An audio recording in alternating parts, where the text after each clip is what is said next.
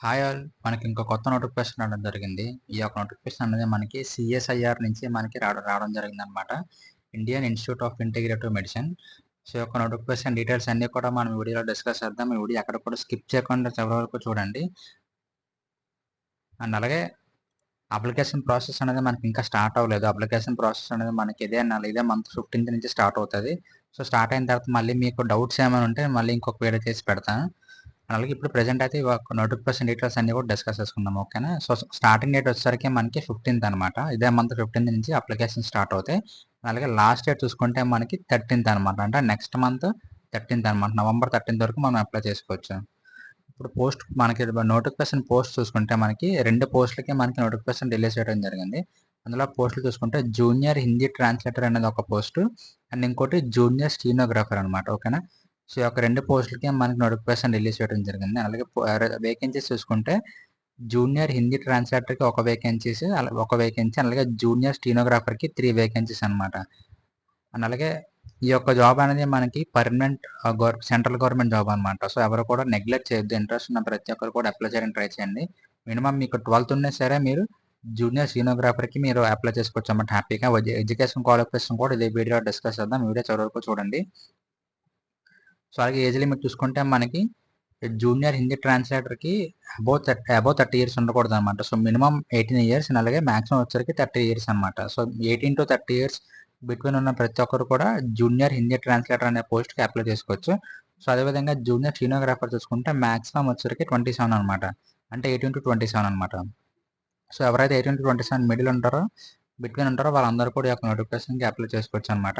So, అదేవిధంగా మనం ఇప్పుడు సాలరీ చూసుకుంటే జూనియర్ హిందీ ట్రాన్స్లేటర్‌కి మనకి పే లెవెల్ 6 ప్రకారంగా మినిమమ్ బేసిక్ పే వచ్చరికి 35,400 నుంచి 1,12,000 వరకు వస్తదనమాట. జూనియర్ హిందీ ట్రాన్స్లేటర్‌కి. అలాగే జూనియర్ స్టెనోగ్రాఫర్‌కి చూసుకుంటే మనకి పే లెవెల్ 4 ప్రకారంగా బేసిక్ పే వచ్చరికి 25,500 అనమాట. సో, ఇవన్నీ కూడా మీకు అలవెన్సెస్ కాకుండా అనమాట. ఇక్కడ చూసుకుంటే మనకి అలవెన్సెస్ అయితే హౌస్ రెంట్ అలవెన్సెస్ వస్తది. మనకి ట్రాన్స్‌పోర్ట్ అలవెన్సెస్ వస్తది. డిఏ వస్తది. డీనెస్ అలవెన్స్ వస్తది. సో, ఇవన్నీ కూడా మనకి అలవెన్సెస్ వస్తాయి. సో, అలవెన్సెస్ అన్ని కలిపి మీకు దాదాపు జూనియర్ స్టెనోగ్రాఫర్‌కి అయితే మీకు 40,000-45,000 పర్ మంత్ ఈజీగా వస్తదనమాట. సో, ఇక్కడ చూసుకుంటే మనకి జూనియర్ స్టెనోగ్రాఫర్‌కి మనకి 10+2 12 ఆర్ ఈక్వివలెంట్ మనకి జస్ట్ 12 ఉంటే మనకి సరిపోతుందనమాట. అదేవిధంగా మనం సెలక్షన్ ప్రొసీజర్ చూసుకుంటే జూనియర్ స్టెనోగ్రాఫర్‌కి మనకి first proficiency test in stenography ఉంటది. దాని తర్వాత ఓపెన్ కాంపిటేటివ్ రిటన్ ఎగ్జామ్ ఉంటదన్నమాట. సో, ఈ రిటన్ ఎగ్జామ్ అయిపోయిన తర్వాత మనకు డైరెక్ట్‌గా జాబ్ ఇవ్వడం జరుగుతదన్నమాట. So, proficiency test in stenography అంటే ఏంటి అంటే మనకి డిక్టేషన్ పెడతారన్నమాట. సో, ఇక్కడ చూసుకుంటే 1 dictation for 10 minutes in English or Hindi. ఓకేనా? At the speed of 80 words per minute. So, మనకి ఇక్కడ చూసుకుంటే క్రైటీరియా ఇంగ్లీష్‌లో ఒకవేళ ఇంగ్లీష్ లాంగ్వేజ్ అయితే టైమ్ డ్యూరేషన్ 15 మినిట్స్ అనమాట. Time duration minutes for candidates eligible for scribe 70. మనకి ఎలిజిబుల్ వచ్చేసరికి 70. అలాగే హిందీలో చూసుకుంటే 65 టైమ్ డ్యూరేషన్. టైమ్ డ్యూరేషన్‌లో మనకి 90 అనేది ఎలిజిబుల్ అనమాట. సో, అది ప్రొఫిషియన్సీ టెస్ట్ అనమాట. ప్రొఫిషియన్సీ టెస్ట్ పాస్ అయిన వాళ్ళకి కాంపిటేటివ్ ఎగ్జామ్ ఉంటదనమాట. రిటన్ ఎగ్జామ్ ఉంటది. సో, రిటన్ ఎగ్జామ్ చూసుకుంటే మనకి మోడ్ ఆఫ్ ఎగ్జామినేషన్ చూసుకుంటే ఓఎంఆర్ బేస్డ్ ఎగ్జామినేషన్ అనమాట. మల్టిపుల్ చాయిస్ క్వెషన్స్ ఉంటాయి. మీడియం ఆఫ్ క్వెషన్ చూసుకుంటే మనకి బోత్ హిందీ అండ్ ఇంగ్లీష్‌లో క్వెషన్స్ ఉంటాయన్నమాట. స్టాండర్డ్ ఆఫ్ ఎగ్జామ్ చూసుకుంటే ఇది బేసిక్ మనం 12థ్ క్లాస్ కాబట్టి 12థ్ క్లాస్ స్టాండర్డ్ ప్రకారంగానే మనకి ఎగ్జామ్ ఉండడం జరుగుతది. అలాగే టోటల్ క్వెషన్స్ చూసుకుంటే మనకి 200 క్వెషన్స్ ఉంటాయన్నమాట. టోటల్ టైమ్ అలొకేటెడ్ చూసుకుంటే మనకి 2 అవర్స్ ఉంటదన్నమాట. 2 hours and 40 minutes for candidates eligible for scribe. ఓకేనా? అలాగే competitive written exam for the post of junior stenographer will consist only 1 paper. ఓకేనా? సో, మనకు ఓన్లీ ఒక పేపరే ఉంటదన్నమాట. జూనియర్ స్టెనోగ్రాఫర్‌కి కాంపిటేటివ్ ఎగ్జామ్. సో, అందులో మనం చూసుకుంటే సిలబస్ చూసుకుంటే సబ్జెక్ట్ చూసుకుంటే general intelligence and reasoning, general awareness, English language and comprehension అనమాట. సో, అది ఎగ్జామినేషన్ ఒక సిలబస్ అనమాట.